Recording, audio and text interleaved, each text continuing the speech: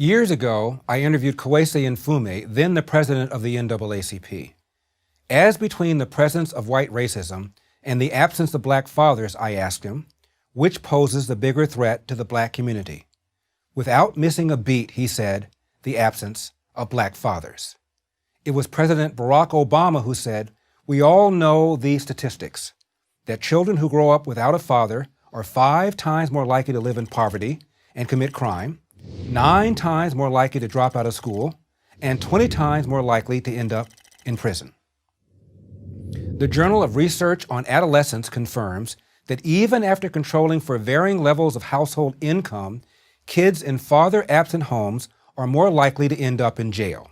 And kids who never had a father in the house are the most likely to wind up behind bars. In 1960, 5% of America's children entered the world without a mother and father married to each other. By 1980, it was 18%. By 2000, it had risen to 33%, and 15 years later, the number reached 41%. For blacks, even during slavery, when marriage for slaves was illegal, black children were more likely than today to be raised by both their mother and father. Economist Walter Williams has written that, according to census data from 1890 to 1940, a black child was more likely to grow up with married parents than a white child. For blacks, out-of-wedlock births have gone from 25% in 1965 to 73% in 2015. For whites, from less than 5% to over 25%, and for Hispanics, out-of-wedlock births have risen to 53%. What happened to fathers? The answer is found in a basic law of economics. If you subsidize undesirable behavior, you will get more undesirable behavior. In 1949, the nation's poverty rate was 34%.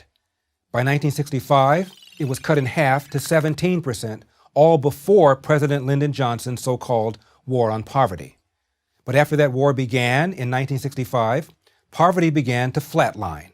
From 1965 until now, the government has spent over $20 trillion to fight poverty.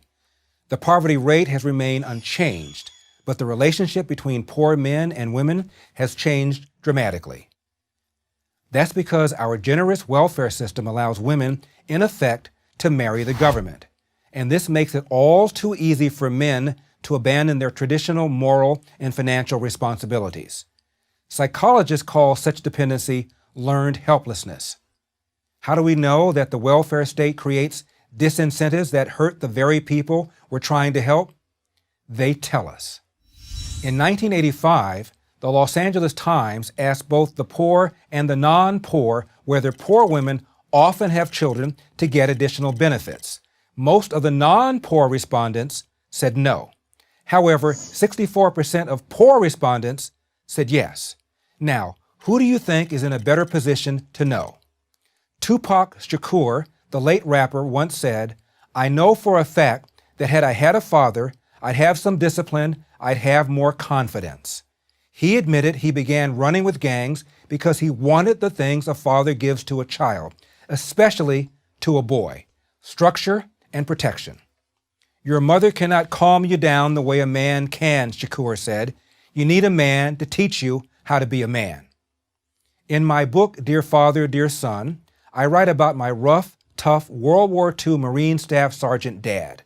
Born in the Jim Crow South of Athens, Georgia, he was 14 at the start of the Great Depression. Growing up, I watched my father work 2 full-time jobs as a janitor. He also cooked for a rich family on the weekends and somehow managed to go to night school to get his GED.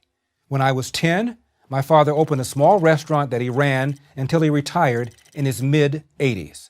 He was never angry or bitter and insisted that today's America was very different from the world of racial segregation and limited opportunity in which he grew up. Hard work wins, he told me and my brothers. You get out of life what you put into it. You can't control the outcome, but you are 100% in control of the effort.